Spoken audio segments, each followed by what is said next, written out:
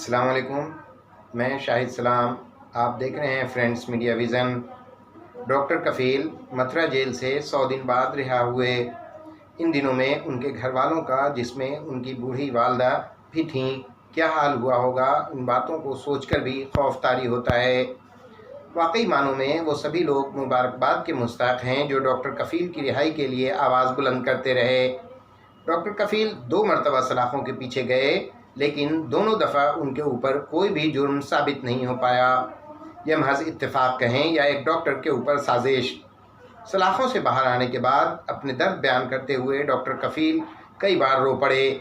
Doctor कफ़ील के जज्बा और बहादुरी की जितनी भी तारीफ़ की जाए कम है कि इतने जुल्म सहने के बाद भी अपने हौसला को बुलंद रखा हुआ है। लेकिन सबसे अहम सवाल ये पैदा होता है कि डॉक्टर कफ़ील के साथ जो कुछ हुआ, क्या उसकी भरपाई मुमकिन है, और आइंदा इस तरह का रवैया पुलिस महकमा का उनके ख़िलाफ़ नहीं होगा। आप हमारी इस वीडियो को अपने दोस्तों को शेयर करें और हमारे चैनल फ्रेंड्स मीडिया विज़न को सब्सक्राइब करें। गुड आफ्टरनून, नमस्कार, सत श्री अकाल। मथुरा की नगरी के राधे राधे। 8 महीने का टॉर्चर।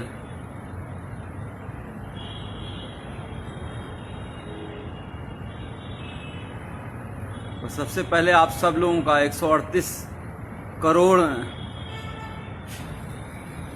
भारतीयों का, अपने देशवासियों का मैं शुक्रिया अदा करना चाहूँगा, धन्यवाद अदा करना चाहूँगा, जिन्होंने मेरे लिए सोशल मीडिया पे हो, चाहे दुआएं मांगी हों, चाहे प्रार्थना की हो, चाहे मंदिर गए हों, गुरुद्वारा गए हों, मस्जिदों में, चर्च में, हर जगह जहाँ से इतनी दुआएं मेरे लिए हुई हैं, मैं सोच भी नहीं सकता था कि लोग मुझे इतना चाहते हैं। आप सबका बहुत बहुत शुक्रिया। वरना तो इस बार जेल में इतनी, मतलब 5 दिन तक मुझे खाना तक नहीं दिया गया। इतना टॉर्चर किया गया, मेंटली भी और फिजिकली भी, कि क्या बताऊं आपको। अगर कहा जाए, खुद को पोषण का शिकार हो गया हूं। पैर दिखोगे कभी, अभी दिखाता हूं तो ऐसा लगेगा कि मतलब लकड़ी हो गया है, पर निकल आया बाहर। और जुडिशरी का बहुत शुक्रगुजार हूँ। जुडिशरी ने एक बहुत अच्छा डिसीजन दिया है। वो मेरा ऑर्डर ले आना। जुडिशरी ने बहुत अच्छा ऑर्डर दिया है और उन्होंने साफ साफ कहा है कि डॉक्टर कफ़ील ने जो अलीगढ़ में भाषण दिया था, वो कोई भड़काऊ भाषण नहीं था। वो देश की यूनिटी के लिए, अखंडता के लिए, एकजुटता के लिए था। और उन्होंने साफ साफ कहा है, डॉक्टर कफ़ील ने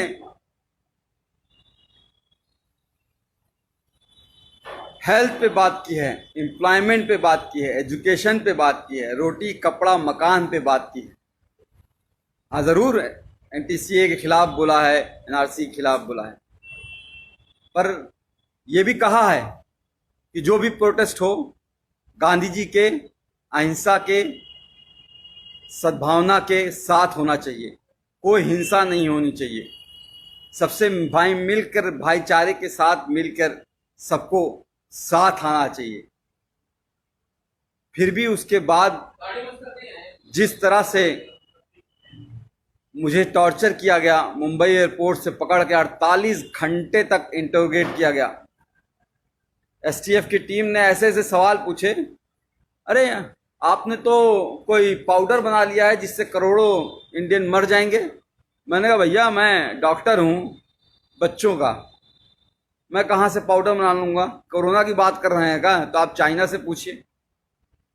आप सरकार गिरा रहना चाहते हैं, हमारे पास फ़ोन रिकॉर्डिंग, हमने कहा लाइए सुना दीजिए, एक भी सबूत आपके पास हो तो। मैं कोई पॉलिटिशियन तो हूँ नहीं। आप जापान गए थे, मैंने कहा हाँ, पाकिस्तान क्यों नहीं बोल दिया? अरे जापान कैसे, इंडिया से बाहर कैसे जा सकता हूं जब पासपोर्ट मेरा जुडिशरी के पास जमा है? तो एक तरह से बहुत टॉर्चर किया। फिर जेल में रह के, जेल में ऐसी जहां रखा जहां पे 150 कैदी थे। वो 9 महीने का बीआरडी ऑक्सीजन ट्रेजेडी के बाद जो 9 महीने का दर्द था, उसको उससे ज़्यादा, उससे कई गुना, हज़ारों गुना ज़्यादा पतली पानी की तरह दाल, कच्ची रोटियां, वही सुबह शाम खाना है। जीना था। उम्मीद थी कि आप लोगों से दोबारा मिल सकूंगा, मुखातिब हो सकूंगा, आप लोगों से बात कर सकूंगा, और आप सबकी दुआएं काम आई। आज आपके साथ हूं फिर से दोबारा।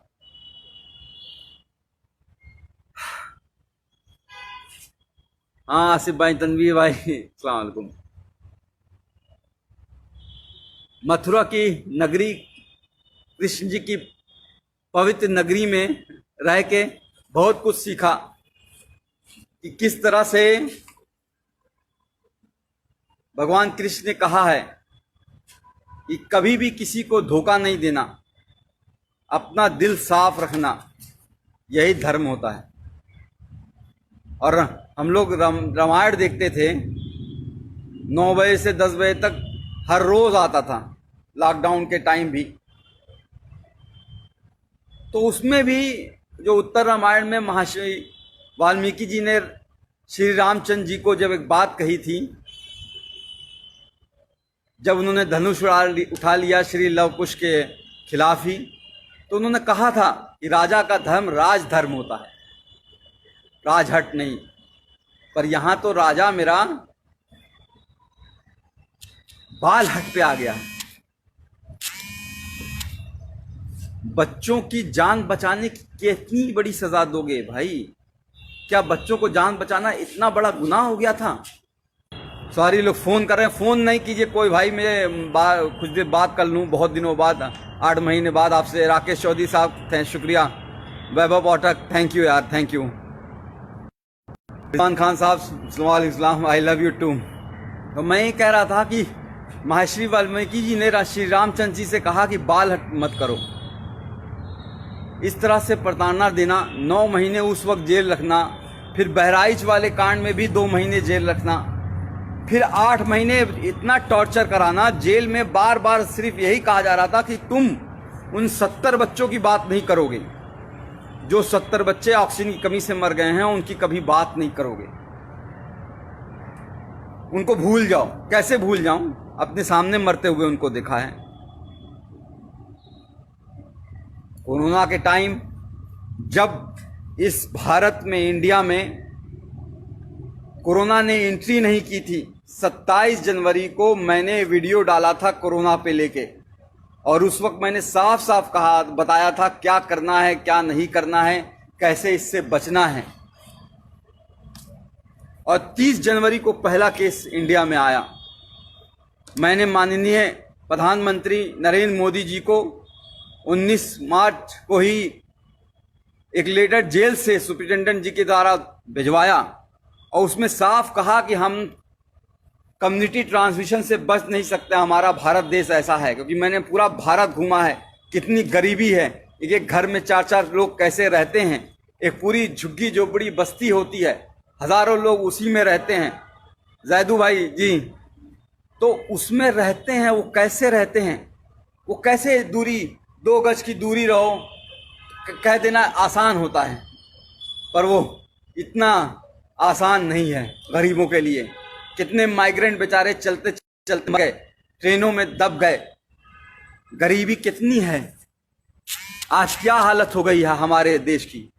कोरोना वायरस इस तरह से फैल चुका है कि हम दुनिया के दूसरे नंबर पे पहुंचने वाले हैं, ब्राजील को भी छोड़ देंगे।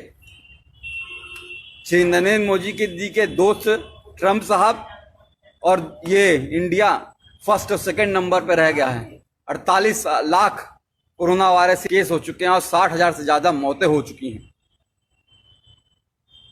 बहुत कुछ करना चाहता था इस कोरोना वायरस के लिए, 8 महीने में शायद बहुत कुछ कर सकता था, पर करने नहीं दिया गया।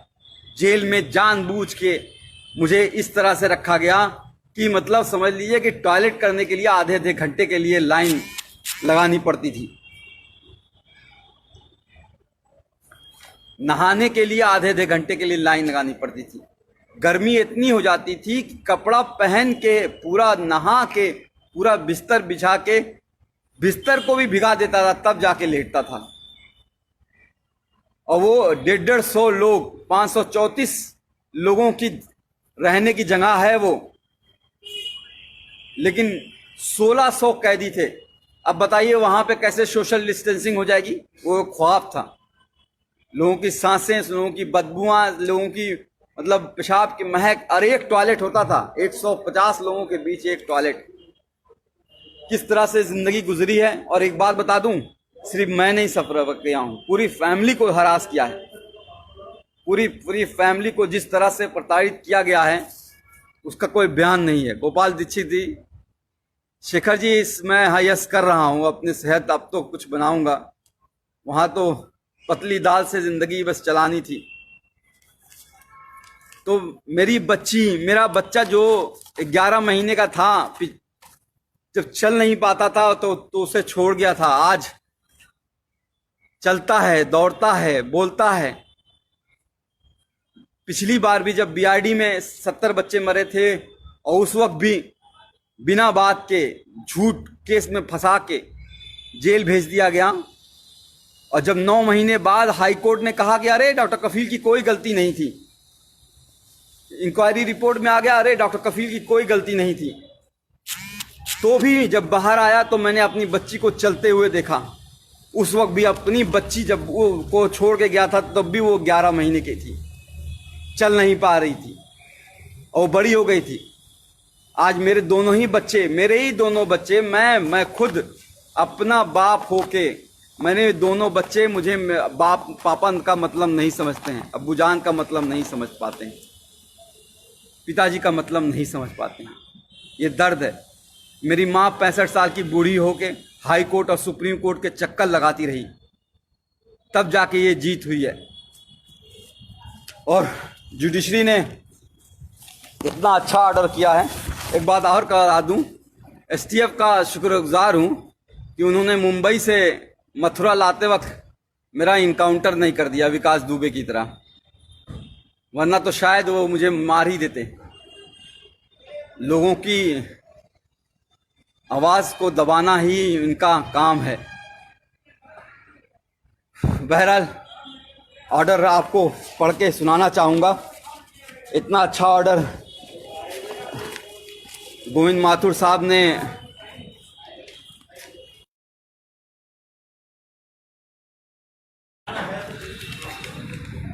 किया है। सुप्रीम कोर्ट का भी धन्यवाद करूंगा, वरना तो हाई कोर्ट में डेट पे डेट हर 14 दिन पे कैसे एक एक दिन कटेगा, एक एक घंटे कटेगा, ये सोचता था। कैसे वो टाइम आएगा जब वो मैं बाहर निकल पाऊंगा, तब मेरी जज मेरी कोई बात सुनेगा। इसलिए हम लोग सुप्रीम कोर्ट, मेरी माँ 65 साल की बूढ़ी माँ सुप्रीम कोर्ट गई और मैं सुप्रीम कोर्ट का शुक्रगुजार हूँ जो उसने कहा कि 15 दिन में फैसला सुनाओ। और मैं चीफ जस्टिस गोविंद माथुर जी का हाथ जोड़ के शुक्रगुजार हूँ जो इन्होंने इतना अच्छा ऑर्डर दिया 15 दिन के अंदर ही, जिसमें साफ साफ लिखा है कि एमबीबीएस करने के बाद 2016 में मैंने ज्वाइन किया था, 2017 में घटना हुई थी। 1 साल का जूनियर था मैं, जूनियर मोस्ट डॉक्टर, और फिर भी उन बच्चों को बचाने के लिए जी जान लगा दी और उसके बावजूद उनको जेल भेज दिया गया। और ये नहीं, इसके अलावा नहीं, the petitioner and his other family member including the detainee were continuously harassed and victimized by the state authorities including the district administration Gorakhpur by several means। मेरे यानी कि मुझे ही नहीं, पूरी फैमिली को सरकार ने बुरी तरह से तोड़ना चाहा। मेरे भाई पे गोली मारी गई थी, आपको याद होगा शायद, वहाँ पे जहाँ पे चीफ मिनिस्टर खुद मौजूद रहते हैं 500 मीटर दूरी पर। आज 3 साल होने जा रहे हैं उस बात को, एक भी कोई गिरफ्तारी नहीं हुई, कोई चार्ज नहीं हुआ है। बहरहाल आते हैं हम एएमयू के जो लोग कहते हैं कि भाषण मैंने गलत दिया था उसके बारे में। कहते हैं कि मैंने भड़काऊ भाषण दिया था, कहते हैं कि मैंने दो धर्मों के बीच, दो रिलीजन के बीच एनमिटी, हेट्रेड, वायलेंस फैलाने की कोशिश की। पूरी स्पीच लिखी है उन्होंने, पूरी speech, the version of the speech, पूरी स्पीच लिखी है, एक एक लाइन लिखी है कि जो मैंने बोला है। और उसमें उन्होंने कहा है कि मैंने ऐसा कोई बात नहीं की थी जो कि किसी भी धर्म के बीच में नफरत फैलाए। मैंने बात की थी देश की अखंडता की, यूनिटी की, सद्भावना की। मैंने बात की थी एजुकेशन की, हेल्थ की, एम्प्लॉयमेंट की, इकोनॉमी की, रोड की, हाउसिंग की। मैंने बात की थी उन 70 बच्चों की जो बीआरडी में मर गए हैं। मैंने बात की नहीं उन 8 लाख बच्चों की जो इंडिया में मर गए थे उस साल। मैंने बात की थी कि हमारे 50% बच्चे कैसे कुपोषण का शिकार हैं। मैंने बात की थी कि इंडिया कैसे एड्स और HIV का हाइब बनता जा रहा है। मैंने बात की थी कि 72% ऑफ पॉपुलेशन हमारी अभी भी हेल्थ स्ट्रक्चर वहाँ पे है ही नहीं। आज हालत दिखाई दे रही है ना। आज कह रहे हैं हम इतना GDP खर्चा करेंगे, 1% GDP खर्चा होता था। एक गरीब को इलाज नहीं मिलता है और मर जाता है तो बेचारे कंधे पे लाद के लेके चले जाते हैं। उसके लिए लड़ा था, कैंप किया, पूरा इंडिया घूमा, 103 कैंप किए, 50,000 बच्चों को देखे, मुफ्त में दवाइयाँ दी। अकेले नहीं किया, बहुत से डॉक्टर्स, बहुत से लोग मेरे साथ शामिल थे, बहुत लोगों ने साथ दिया। पर हुआ क्या, उसको भी दबा दिया गया। इस कोरोना टाइम के मैं जब रियली काम कर सकता था, शायद कोई नई दवा खोज सकता था कोरोना के खिलाफ, शायद कोई नई वैक्सीन खोज सकता था, टीका खोज सकता था, उस वक्त जेल में डाला। बहरहाल बाहर आ गया हूँ, कोशिश करूँगा और फिर से मुख्यमंत्री योगी आदित्यनाथ जी से निवेदन करूँगा कि मुझे नौकरी पे वापस ले लें। 3 साल से सस्पेंड किए हुए हैं। कैसे ज़िंदगी चल रही है, कैसे फाइनेंशियल कंडीशन है, आपको बता नहीं सकता। सुप्रीम कोर्ट और हाई कोर्ट की फीस कैसे भरी गई है, बता नहीं सकता।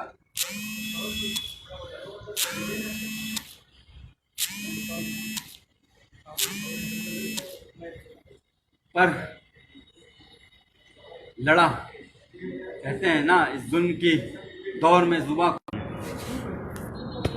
कहते हैं ना कि इस जुल्म के दौर में जुबान खोलेगा कौन। अगर हम भी चुप रहेंगे तो बोलेगा कौन। तो बोलना ज़रूरी है, किसी न किसी को कुर्बानी देनी होगी और शायद ऊपर वाले ने मुझे चुना है।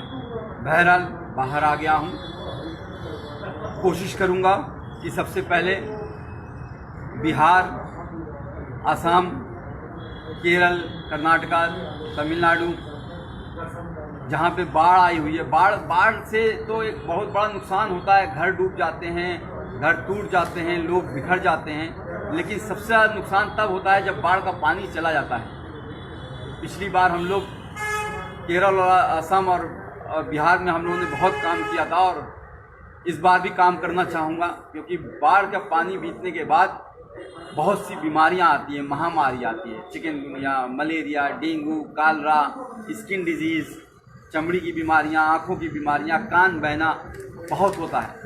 उस पर काम करना चाहूँगा, कोरोना वॉरियर की तरह काम करना चाहूँगा।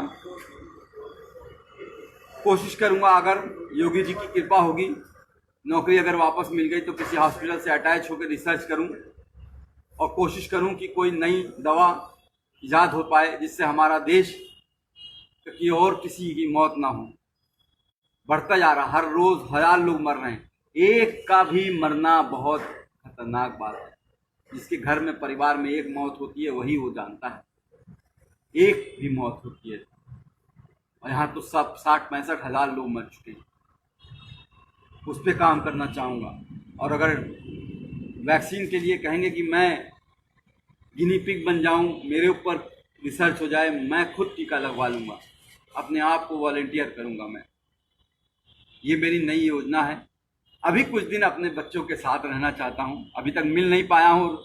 कल भी आप सोच लीजिए, कल 11:30 बजे डिस्ट्रिक्ट जेल मथुरा में ऑर्डर पहुंच गया था हाई कोर्ट का, डीएम अलीगढ़ को हाई कोर्ट का ऑर्डर मिल गया था, लेकिन फिर भी 12 घंटे तक ये लोग यही कोशिश करते रहे कि किसी तरह से कोई और केस में फंसा दें।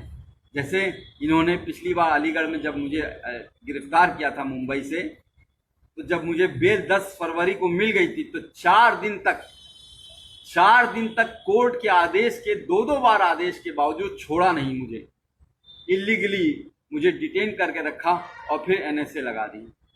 एनएसए मतलब नेशनल सिक्योरिटी एक्ट। मैं टेररिस्ट हूँ क्या? दाढ़ी ये जो बढ़ जाती है जेल में बढ़ जाती है। आज तक कभी आपने सुना है मैं किसी हिंदू मुस्लिम सिख ईसाई या किसी में धर्म के भेदभाव में करता हूँ? 50,000 जो बच्चों को देखा, पूछा कोई कौन गरीब है, कौन अमीर है, कौन किस जाति का है, कौन किस धर्म का है? उस पर इल्ज़ाम लगाओगे? इल्ज़ाम वो लगाते हैं जिनका खुद का दिमाग गंदा होता है, जो भरा होता है गंदगी से, वो दिमाग वो लगाते हैं।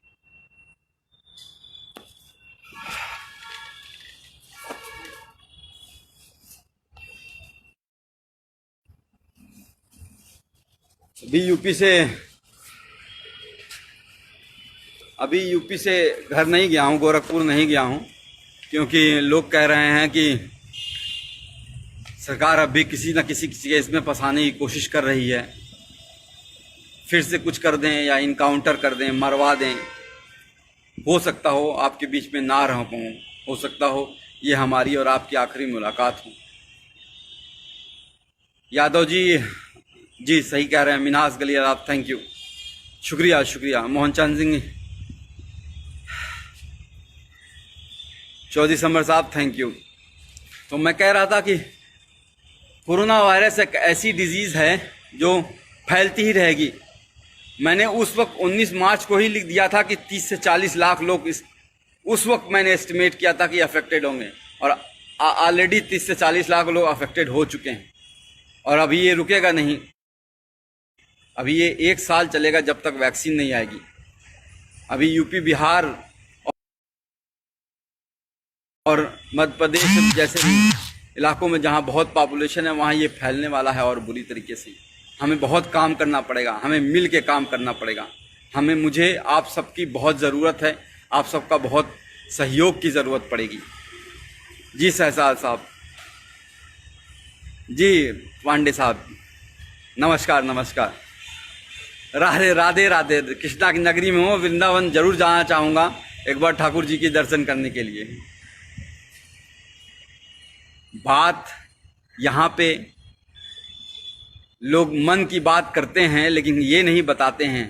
अब आप देख लीजिए, हम लोग तो टीवी पे देख रहे हैं, पिछले 3 महीने से सुशांत सिंह राजपूत को ही सुने जा रहे हैं।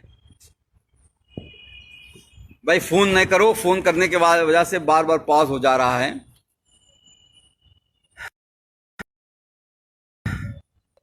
सुशांत सिंह राजपूत की 3 महीने से लगातार टीवी पे बात किए जा रहे हैं, मन की बात, लेकिन कोई ये नहीं बात कर रहा है कि हमारा जीडीपी परसों जीडीपी शायद रिलीज हुआ है, और हमारा जीडीपी जो है, भाई फ़ोन नहीं करो, मैं कह रहा हूँ। पर ईश्वर चंद साहब, कोई फ़ोन ना कीजिए प्लीज़। कुछ बहुत दिनों बाद आप लोगों से मिला हूँ, आप लोगों के चेहरे दिखाई दे रहे हैं मुझे।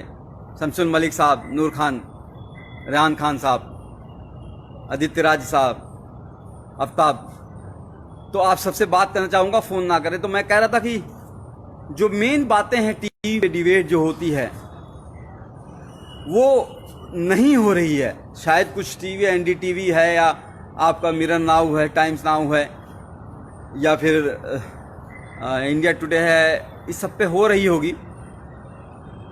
पर जो यहाँ पे बातें हो रही हैं वो ये नहीं हो रही हैं किस तरह से माइग्रेंट, हमारे करोड़ों लोग किस तरह से पैदल चले और चलते चलते मर गए, उस धूप में, कड़ी धूप में मर गए। ये बात नहीं हो रही है कि अनएम्प्लॉयमेंट कितना बढ़ गया है, लोगों को नौकरियां नहीं है, लोगों को खाने को नहीं है। 500 रुपया आपके अकाउंट में डाल दिया गया है, अब आपको 3 महीने तक 500 रुपया चलाइए। 5 किलो चावल दे दिया गया है, आप पूरी 8 लोगों की फैमिली है, खाते रहिए 3-6 महीने तक।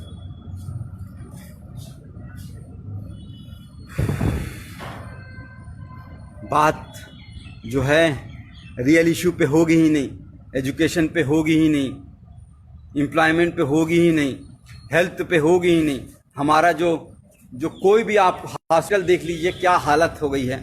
कोई भी सरकारी हॉस्पिटल में जाना नहीं चाहता है। आपने ध्यान दिया है, कोई भी बड़ा मंत्री, कोई भी बड़ा अधिकारी, कोई भी बड़ा जो है चीफ मिनिस्टर हो या कोई भी हेल्थ, मतलब मैं नाम नहीं लूँगा, सब लोग वेदांता में जाके इलाज करा रहे हैं। वेदांता यानी कि नोएडा में करोड़ों रुपए का इलाज करा रहे हैं, लेकिन कोई भी सरकारी हॉस्पिटल में नहीं जाना चाहता है। क्यों? क्योंकि सरकारी हॉस्पिटल की हालत ख़राब है। वहाँ गरीब जाएगा, गरीब मरेगा, और गरीब मरता है तो मर जाने दो, क्या फ़र्क पड़ता है। तो जो लोग ये सोचते हैं कि बार बार जेल में डाल के, मार के, पीट के, तोड़ के, यहाँ मारो, यहाँ मारो, यहाँ मारो, उल्टा पलटा रात को डंडे से मारो, कान लाल कर दो एकदम पूरी तरह से, पैर पे मारो, करते रहो ये एकदम तोड़ दो इसको, तो वो शायद नहीं जानते हैं कि एक बात सिखाई गई थी कि डरना नहीं है। I won't bend, I won't bend, मैं झुकूंगा नहीं। डरना आता नहीं हमें, चाहे जितना भी डरा लो।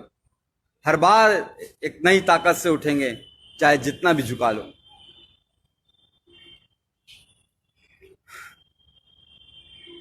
कहते हैं ना कि लोग हमें दुश्मने जान कहते हैं। अरे हम इस मुल्क की मिट्टी को भी अपनी माँ कहते हैं। उसको तुम जो है उस पे एनएसए लगा देते हो हैं? कोर्ट ने कहा है कि जो कुछ है यह अवैध एनएसए लगा है, सारा अवैध लगा है। देखो कि क्या हालत बनाई है। भट्टी साहब आप बोल रहे हो तो देखो क्या हालत बना दी है। मैं कुपोषण के लिए वो कर रहा था, ये देखो, ये टांगे हैं मेरी, ये हाथ है। खाना जो है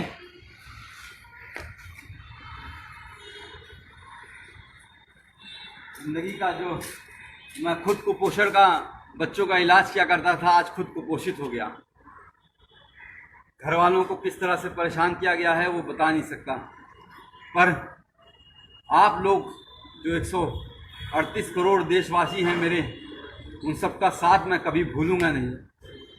खासकर कुछ लोगों का जो लोग बहुत करीब थे, इंदिरा जयसिंह मैम, फुज़ैल अयूबी, इबाद साहब, मनोज सिंह, मनोज पांडे, मनीष सिंह, एडवोकेट मनीष सिंह, दिलीप कुमार साहब, नजरुल इस्लाम साहब, और ऐसे बहुत से लोग हैं, बहुत से लोग, मीनाक्षी शुक्ला मैम, इरफान गाजी, हाँ अलीगढ़ के इरफान गाजी साहब, तो बहुत से लोग हैं। सबका नाम तो नहीं ले सकता मैं, बहुत से लोग हैं, 138 करोड़ लोग हैं, सबने बहुत मदद की है।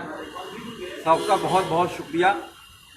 जल्दी बिहार आ रहा हूँ और जल्दी हम डॉक्टर कफील खान मिशन इस्माइल फाउंडेशन के तहत कैंप लगाएंगे, और इस बार एक बड़ी टीम बना के एक साथ कई जगह पे, असम, बिहार, तमिलनाडु, कर्नाटका, केरल, आंध्र प्रदेश, जहाँ जहाँ पे, मध्य प्रदेश, जहाँ जहाँ पे बाढ़ ने, पश्चिम बंगाल जहाँ पे तूफान आया हुआ है, अभी भी लोगों को घरों पे टूटे हुए पड़े हैं, हर जगह पे जाना चाहूँगा, पूरा देश जाना चाहूँगा।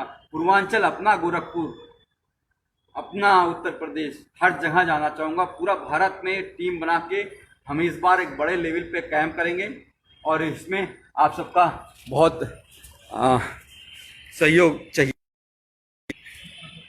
मयंक वर्मा साहब, आप कुछ लोगों से बातें कर लेता हूँ। मयंक वर्मा साहब सही कह रहे हैं, दाढ़ी का कल काट दूंगा। बच्चों का इंतज़ार कर रहा हूँ, बच्चे आ जाएं, एक बार उनसे मिल लूँ, उसके बाद मेरी गोटी वापस आ जाएगी। अवनीश चौरा साहब, जी हाँ, बहुत मारा, फिजिकली और मेंटली बहुत टॉर्चर किया। फिजिकल में जो टॉर्चर होता है वो इस तरह से होता है कि शायद जख्म थोड़े भर जाते हैं, पर जो मेंटल टॉर्चर होता है वो बहुत दिनों तक रहता है, दिमाग ख़राब हो जाता है। इन 8 महीनों में देखिए किस तरह से झुर्रियाँ आ गई हैं, किस तरह से काले पड़ गया हूँ, किस तरह से जो है 10 साल बूढ़ा कर दिया है। जुबैर पीके साहब, बोलना ज़रूरी है। बोलेंगे नहीं तो कहते हैं कि बोलेंगे नहीं तो किसी को तो बोलना पड़ेगा। सब तो चुप हैं, किसी को तो बोलना पड़ेगा। जैदू साहब, आपने वहाँ से बैठ के, हाँ, इंडिया से बाहर गल्फ कंट्रीज़ में, यूएस से, यूके से, कनाडा से, स्विट्ज़रलैंड से बहुत से खत मेरे पास आया करते थे वहाँ पे जेल में। उन सबको बहुत बहुत शुक्रिया है। शेर खान साहब, सत्य की जीत होती है, सत्यमेव जयते। हमें अपने कॉन्स्टिट्यूशन में, बाबा साहब अम्बेडकर के कॉन्स्टिट्यूशन में बिलीव करना है, और उसी की वजह से मैं बाहर आया हूँ। कुछ लोगों ने सरकारी एजेंसियों को जिस तरह से अपने कब्जे में करके लोगों को प्रताड़ित करते हैं, वो सही नहीं है। ऑटोक्रेटिक, हमारा देश डेमोक्रेटिक है, तो डेमोक्रेटिक कंट्री है, तो डेमोक्रेटिक कंट्री में आपको फ्रीडम ऑफ स्पीच एक आर्टिकल 21 में दी गई है, लिबर्टी, स्वतंत्रता, समझ गए? तो बोलना ज़रूरी पड़ेगा। हम नहीं बोलेंगे, कुर्बानी देनी होगी, किसी ना किसी को कुर्बानी देनी होगी। तुर्तमस शिरोम कुमार साहब, यस, थैंक यू। शाइना मुजरबिया, सिद्धांशु कुमार, हाँ, कुछ दिन एक्सरसाइज करूँगा और हेल्थ बनाऊँगा, क्योंकि ज़िंदा रहना है, आप लोगों के बीच रहना है और काम करते रहना है, तो हेल्थ पे भी ध्यान दूंगा। डेरिक गुजर, थैंक यू।